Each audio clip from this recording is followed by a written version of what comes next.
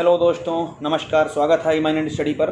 दोस्तों, आज मैं राष्ट्रीय मानवाधिकार आयोग से संबंधित चर्चा कर रहा हूं, जो लगभग सभी एग्ज़ाम के लिए बहुत इंपॉर्टेंट हैं।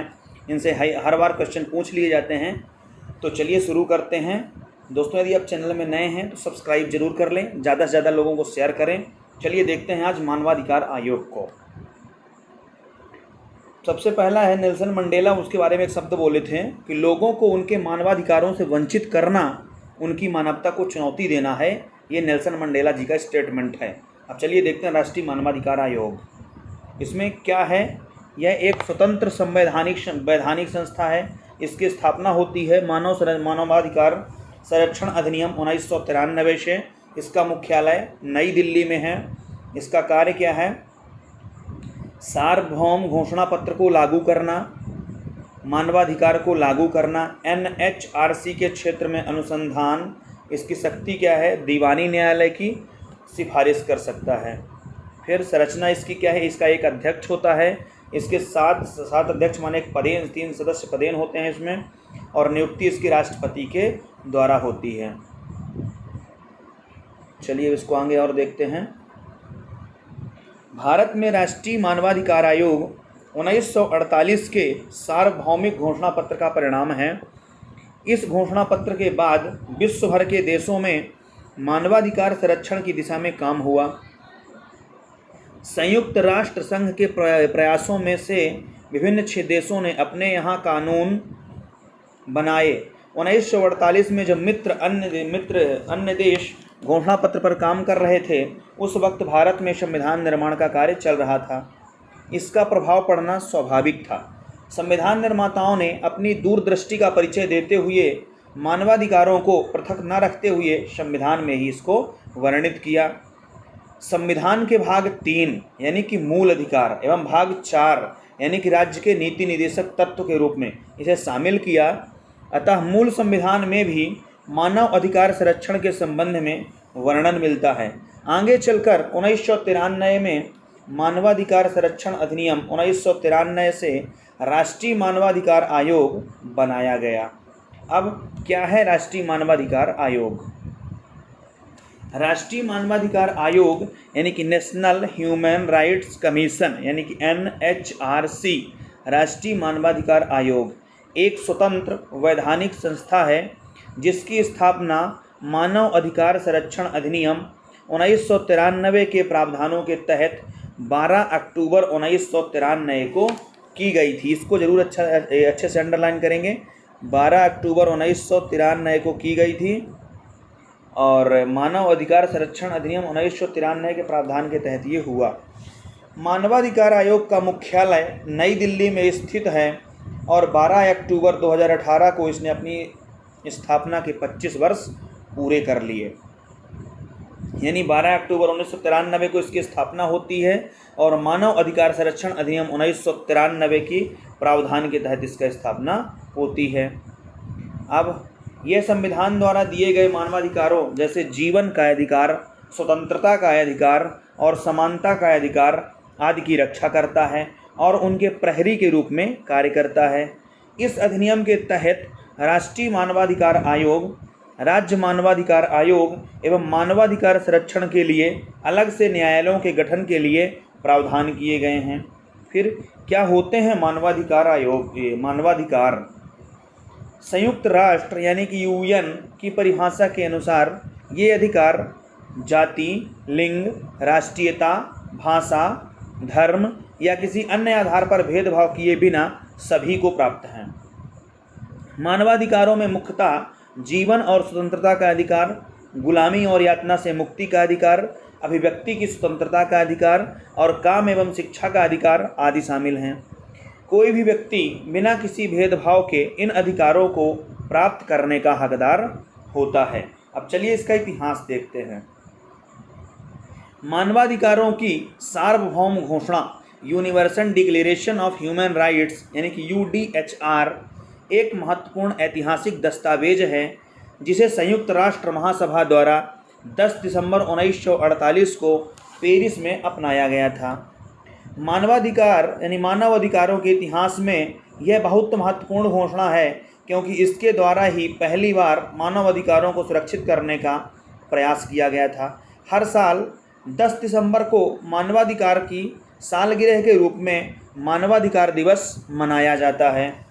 1991 में पेरिस में हुई संयुक्त राष्ट्र की बैठक ने सिद्धांतों का एक समूह, जिन्हें पेरिस सिद्धांतों के नाम से जाना जाता है, तैयार किया, जो आगे चलकर राष्ट्रीय मानवाधिकार संस्थाओं की स्थापना और संचालन की नींव साबित हुए।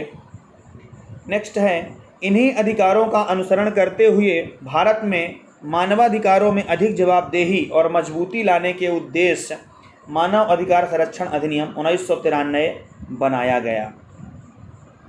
यह अधिनियम सभी राज्य सरकारों को भी राज्य मानवाधिकार आयोग बनाने का अधिकार देता है। फिर है मानवाधिकार परिषद। मानवाधिकार परिषद एक अंतर सरकारी निकाय है जिसका गठन 15 मार्च 2006 को संयुक्त राष्ट्र महासभा के द्वारा किया गया था। इसे पूर्व में रहे संयुक्त राष्ट्र मानवाधिकार आयोग के स्थान पर लाया गया था। यह पूरी दुनिया में मानवाधिकारों के संवर्धन और संरक्षण को बढ़ावा देने के लिए उत्तरदायी है। इसी के साथ यह मानव अधिकारों के उल्लंघन की भी जांच करती है। नेक्स्ट, इसके पास मानव अधिकार से जुड़े सभी महत्वपूर्ण मुद्दों और विषयों पर चर्चा करने का अधिकार है। यह परिषद संयुक्त राष्ट्र महासभा में चुने गए 47 सदस्य देशों से मिलकर बनती है। फिर है राष्ट्रीय मानव अधिकार आयोग की संरचना। राष्ट्रीय मानव अधिकार आयोग एक बहुसदस्यीय संस्था है जिसमें एक अध्यक्ष सहित 5 सदस्य होते हैं। यह आवश्यक है कि 7 सदस्यों में कम से कम 3 पदस्थ सदस्य होते हैं, पदेन सदस्य होते हैं। अध्यक्ष और सदस्यों की नियुक्ति राष्ट्रपति द्वारा प्रधानमंत्री की अध्यक्षता वाली उच्च स्तरीय कमेटी की सिफारिश के आधार पर की जाती है। अध्यक्ष और सदस्यों का कार्यकाल 5 वर्षों या 70 वर्ष की उम्र, जो भी पहले हो, तक होता है। यानी जो मानवाधिकार के अध्यक्ष होते हैं उसके सदस्यों का कार्यकाल 5 वर्ष या 70 वर्ष की उम्र, जो भी पहले होगा, वहीं तक होता है। इन्हें केवल तभी हटाया जा सकता है जब सुप्रीम कोर्ट के न्यायाधीश की जांच में उन पर दुराचार या असमर्थता के आरोप सिद्ध हो जाएं। इसके अतिरिक्त आयोग में 5 विशिष्ट विभाग, विधि विभाग, जांच विभाग, नीति अनुसंधान और कार्यक्रम विभाग, प्रशिक्षण विभाग और प्रशासन विभाग भी होते हैं। राज्य मानवाधिकार आयोग में अध्यक्ष और सदस्यों की नियुक्ति राज्यपाल द्वारा राज्य के मुख्यमंत्री, गृह मंत्री, विधानसभा अध्यक्ष और नेता प्रतिपक्ष के परामर्श पर की जाती है। अब है राज्य मानवाधिकार आयोग के कार्य और उसकी शक्तियाँ। मानवाधिकारों के उल्लंघन से संबंधित कोई मामला यदि आयोग के संज्ञान में आता है या शिकायत के माध्यम जाता है तो राष्ट्रीय मानवाधिकार आयोग को उसकी जांच करने का अधिकार है। इसके पास मानवाधिकारों के उल्लंघन से संबंधित सभी न्यायिक मामलों में हस्तक्षेप करने का अधिकार है। आयोग किसी भी जेल का दौरा कर सकता है और जेल में बंद कैदियों की स्थिति का निरीक्षण एवं उसके सुधार के सुझाव दे सकता है। राष्ट्रीय मानवाधिकार आयोग संविधान या किसी अन्य कानून द्वारा मानवाधिकारों को बचाने के लिए प्रदान किए गए सुरक्षा उपाय की समीक्षा कर सकता है और उनमें बदलावों की सिफारिश भी कर सकता है। राष्ट्रीय मानवाधिकार आयोग मानवाधिकार के क्षेत्र में अनुसंधान का कार्य भी करता है। आयोग प्रकाशनों, मीडिया सेमिनारों और अन्य माध्यमों से समाज के विभिन्न वर्गों के बीच मानवाधिकारों की जानकारी का प्रचार करता है और लोगों को इन अधिकारों की सुरक्षा के लिए प्राप्त उपायों के प्रति भी जागरूक करता है। आयोग के पास दीवानी अदालत की शक्तियां हैं और यह अंतरिम राहत भी प्रदान कर सकता है। इसके पास मुआवजे या हर्जाने का भुगतान की सिफारिश करने का भी अधिकार है। राष्ट्रीय मानवाधिकार आयोग की विश्वसनीयता का अंदाज़ा इसी बात से लगाया जा सकता है कि इसके पास हर साल बहुत बड़ी संख्या में शिकायतें दर्ज होती हैं। यह राज्य तथा केंद्र सरकारों को मानवाधिकारों के उल्लंघन को रोकने के लिए महत्वपूर्ण कदम उठाने की सिफारिश भी कर सकता है। आयोग अपनी रिपोर्ट भारत के राष्ट्रपति के समक्ष प्रस्तुत करता है, जिसे संसद के दोनों सदनों में रखा जाता है। फिर है इसकी सीमाएं, लिमिट कुछ है। राष्ट्रीय मानवाधिकार आयोग के पास जांच करने के लिए कोई भी विशेष तंत्र नहीं है। अधिकतर मामलों में यह संबंधित सरकार को मामले की जांच करने का आदेश देता है। पीड़ित पक्ष को व्यवहारिक न्याय देने में असमर्थ होने के कारण भारत के पूर्व अटॉर्नी जनरल सोली सोराबजी ने इसे इंडियाज़ टेजिंग इल्यूजन की संज्ञा दी है। राष्ट्रीय मानवाधिकार आयोग के पास किसी भी मामले के संबंध में मात्र सिफारिश करने का ही अधिकार है, वह किसी को निर्णय लागू करने के लिए बाध्य नहीं कर सकता। कई बार धन की अपर्याप्तता भी राष्ट्रीय मानवाधिकार आयोग के कार्य में बाधा डालती है। राष्ट्रीय मानवाधिकार आयोग उन शिकायतों की जांच नहीं कर सकता जो घटना होने के 1 साल बाद दर्ज कराई जाती है और इसलिए कई शिकायतें बिना जांच के ही रह जाती हैं। अक्सर सरकार या तो आयोग की सिफारिशों की पूरी तरह से खारिज कर देती है या उन्हें आंशिक रूप से ही लागू किया जाता है। राज्य मानवाधिकार आयोग केंद्र सरकार से किसी भी प्रकार की सूचना नहीं मांग सकते, जिसका सीधा सा अर्थ यह है कि उन्हें केंद्र के तहत आने वाले सशस्त्र बलों की जांच करने से रोका जाता है। केंद्रीय सशस्त्र बलों के संदर्भ में राष्ट्रीय मानवाधिकार आयोग की शक्तियों को भी काफ़ी सीमित कर दिया गया है। अब इसके कुछ सुझाव हैं। राष्ट्रीय मानवाधिकार आयोग को सही मायनों में मानवाधिकारों के उल्लंघन की एक कुशल प्रहरी बनाने के लिए उसमें कई सुधार करने की आवश्यकता है। सरकार द्वारा आयोग के निर्णयों की पूरी तरह से लागू करके उसकी प्रभावशीलता में वृद्धि की जा सकती है। राष्ट्रीय मानवाधिकार आयोग की संरचना में भी परिवर्तन करने की आवश्यकता है तथा इससे आम नागरिकों और सामाजिक संगठनों के प्रतिनिधियों को भी शामिल किया जाना चाहिए।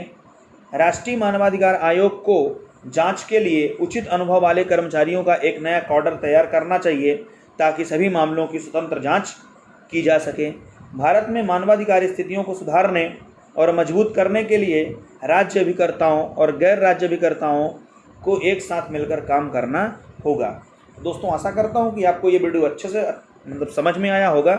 चलिए अब इससे वस्तुनिष्ठ प्रश्नों को हम देखते हैं और आप आंसर हमें कमेंट बॉक्स में बताएंगे।